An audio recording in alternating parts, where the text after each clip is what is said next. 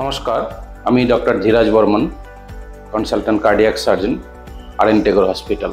আমি প্রতি মাসের তৃতীয় সপ্তাহে শনিবার করে উষা ডায়াগনস্টিক সেন্টার কুচবিহারে এসে থাকি। আমি আজকে আপনাদেরকে বাইপাস সার্জারি বা হার্ট ব্লক নিয়ে কিছু জানাতে চাই।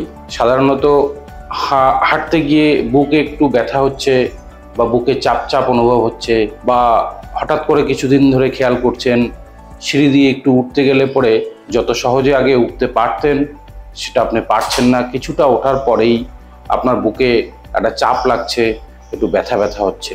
অথবা প্রত্যেক দিন আপনি যতটা হাঁটতে পারতেন তার থেকে অল্প কিছু হাঁটলেই আপনার বুকে একটা চাপ বা ব্যথা অনুভব হচ্ছে। এই ধরনের পরিস্থিতিতে সবথেকে গুরুত্বপূর্ণ যেটা, যে যত তাড়াতাড়ি সম্ভব একজন কার্ডিওলজিস্টের কাছে যাওয়া। সাধারণত মানুষের মধ্যে এটা ভয়, হার্টের অপারেশন, বাইপাস সার্জারি মানে সে তো তাহলে বাকি জীবনটা পঙ্গুর মতো কাটাবে নাকি। তো সেরকম কোনো সমস্যা নয়। বাইপাস সার্জারি হওয়ার পর মানুষ মোটামুটি আমাদের হসপিটালে বা আমরা সাধারণত যেই দিন অপারেশন হয় তার 4 থেকে 5 দিনের মধ্যেই পেশেন্ট ছুটি হয়ে চলে আসতে পারে, এবং 7 দিন পর আমরা আবার একবার দেখে নিই।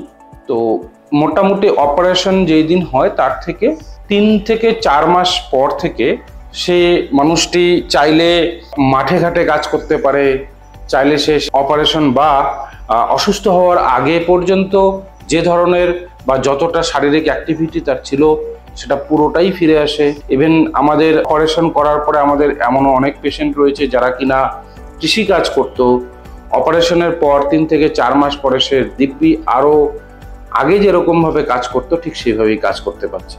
নমস্কার।